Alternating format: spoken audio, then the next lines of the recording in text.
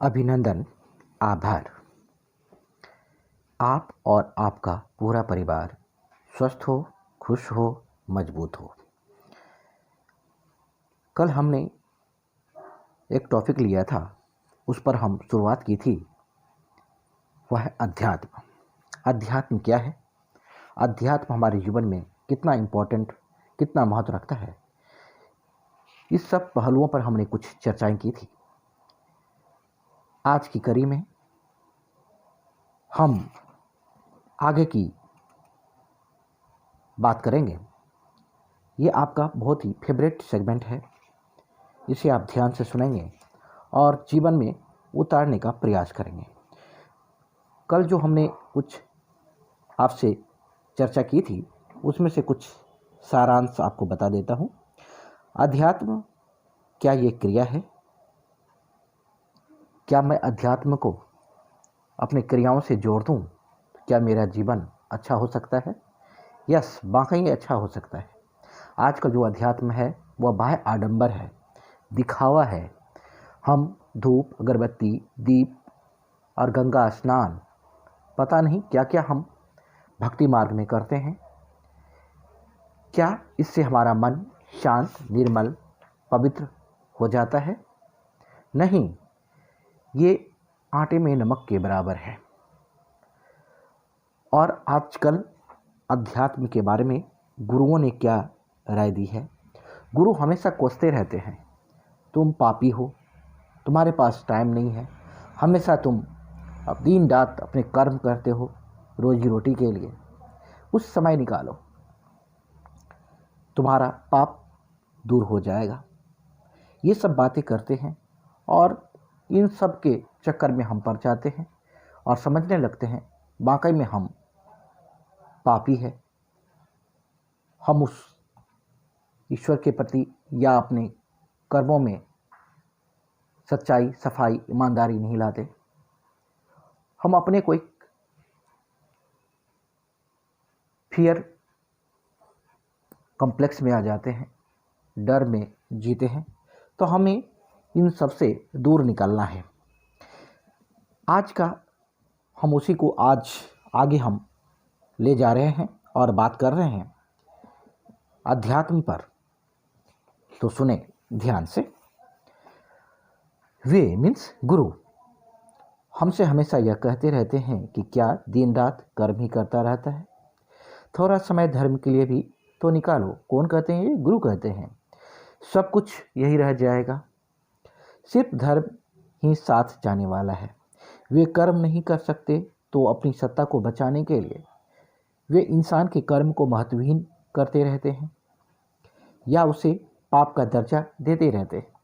इससे क्या होता है कि इंसान के कर्म में से धर्म बाहर निकल जाता है।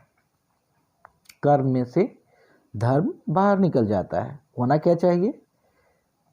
कर्म में धर्म जुड़ा होना चाहिए, जिससे हमारे कर्म अच्छे बने। इसलिए दुनिया में इतनी अधार्मिकता पनपती जा रही है। यदि कर्म को ही हम धर्म समझ लिया जाए तो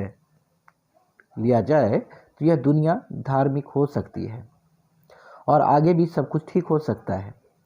यदि कोई व्यक्ति नौकरी करता है और यह अपना कार्य पूरी ईमानदारी से करता है, अपनी साथियों से अच्छा व्यवहार रखता है, समय का पालन करता है, जहाँ काम करता है उस संस्था की उन्नति में अपना पूरा योगदान देता है और साथ में स्वयं के घर परिवार की खुशियों का भी पूरा ध्यान रखता है, यदि वह व्यक्ति अलग से और कोई धार्मिक गतिविधि नहीं करता तो वह धार्मिक है या नहीं? बताइए। आप खुद ही समझ सकते हैं इस सब के बारे में। वाकई में वो धार्मिक है। इसी प्रकार कोई व्यवसायी अपना कारोबार पूरी ईमानदारी से करता है, अपने ग्राहकों से बहुत ही अच्छा व्यवहार करता है, उनके लाभ की सोचता है, अपने कारोबारी सहयोगियों के साथ सही नीति से कार्य करता है, अपने कर्मचारियों के प्रति सद्भावना रखता है, तो क्या वो धार्मिक नहीं है? है। इसी तरह एक डॉक्टर सेवा भावना से कार्य करता है, मरीजों को दवा के साथ अपना प्यार भी देता है, उनको वस्तु न समझकर इंसान समझता है, उनकी तकलीफ दूर करने में पूरी रुचि रखता है। यदि व्यक्ति अपने जीवन की हर गतिविधि ईमानदारी से करे, वह अलग से कोई धार्मिक गतिविधि नहीं भी करे, तो वह धार्मिक क्यों नहीं है? निश्चित रूप से वह धार्मिक है, और वह अपने कार्य में दूसरों के मुकाबले सफल भी अधिक होगा। सुख और आनंद भी उनके जीवन में ज़्यादा होगा। लेकिन वास्तविकता में इस तरह के लोग देखने में कम मिलते हैं। हर किसी में कुछ गलत प्रवृत्तियां घर कर लेती है। हर कोई अहंकार, क्रोध, लालच, ईर्ष्या आदि के वशीभूत हो जाता है। किसी में विकार ज़्यादा भी हो सकते हैं, किसी में कम भी हो सकते हैं। पर इन विकारों को दूर करने के लिए हम ऐसे स्थान निर्मित करते हैं, ऐसे कुछ उपाय करते हैं जिसे हम धार्मिक या आध्यात्मिक कहते हैं। इनका उद्देश्य यही होता है कि इंसान यहाँ अलग से बैठकर या कोई अन्य गतिविधि करके अपने जीवन के असली स्वभाव का स्मरण कर सके, अपनी आत्मा के अध्याय को पढ़ सके। यहाँ से पनपे सद्विचार उनके जीवन की दैनिक गतिविधियां में शामिल हो सके। यहाँ से विकसित दिव्य आभा उनके जीवन को प्रकाश भर सके। ऐसा कुछ हो रहा हो तो बहुत ठीक है, पर ऐसा कुछ होता दिखाई नहीं देता है। आदमी ने इन दोनों गतिविधियों को अलग अलग कर दिया है। धर्म को लोगों ने अपना धंधा बना लिया है। सब अपनी अपनी धर्म की दुकानें बड़ी करने में लगे हुए हैं। धर्म का जो लाभ मिलना चाहिए वह मिल ही नहीं रहा है, बल्कि उससे और नुकसान होता जा रहा है। किसी कार्य का उद्देश्य स्पष्ट नहीं हो तो उनकी दिशा पूरी गलत हो जाती है।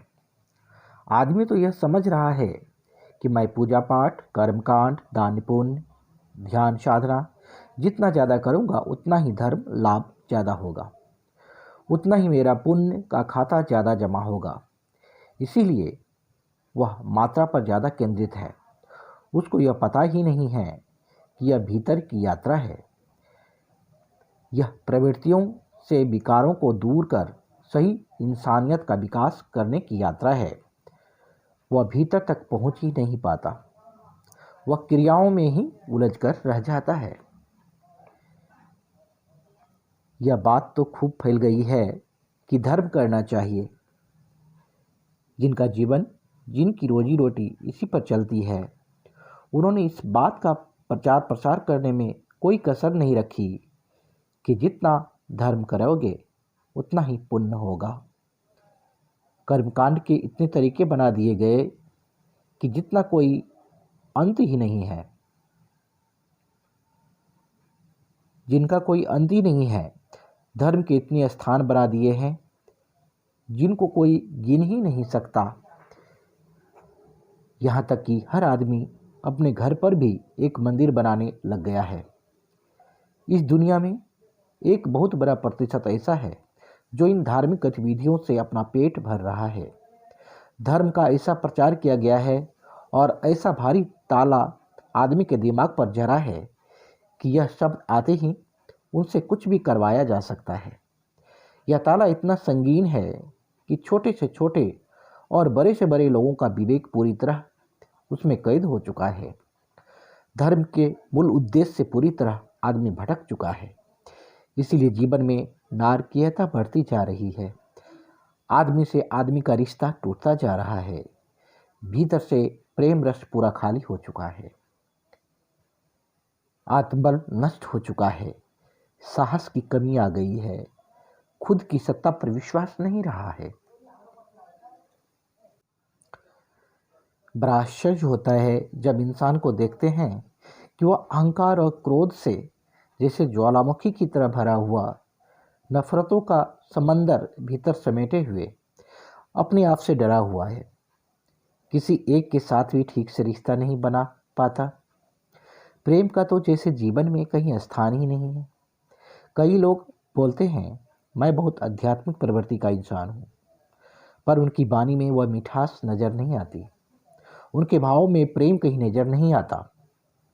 वे मानसिक रूप से बड़े विचलित से नजर आते हैं, वे व्यावहारिक जीवन में असफल हो चुके होते हैं।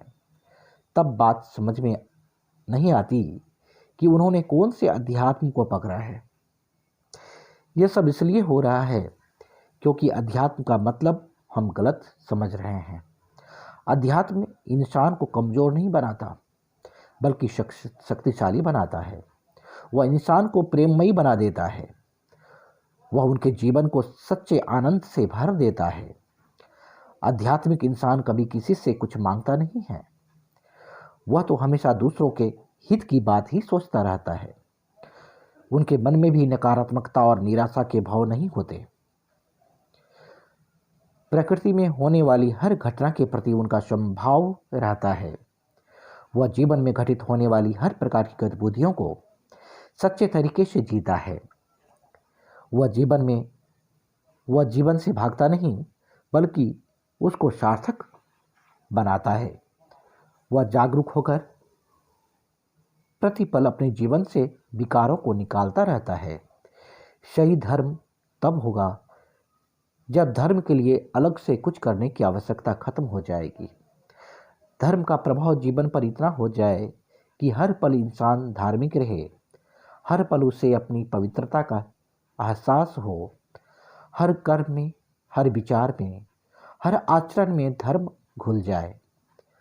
ऐसा नहीं होता तो अलग से धर्म करने की आवश्यकता होती है, और उस अलग से धर्म करने का अभिप्राय मात्र इतना है कि उस समय ऐसा अभ्यास करो कि वह आपके भीतर में निरंतर छा जाए।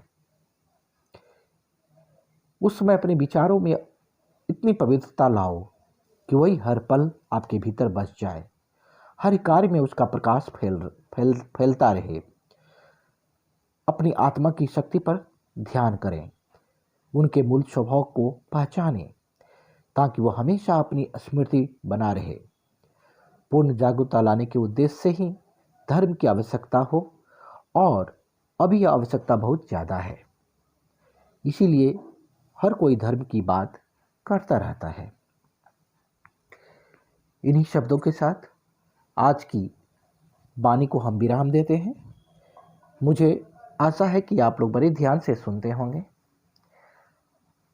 आप और आपका परिवार स्वस्थ, खुश और मजबूत रहे। धन्यवाद।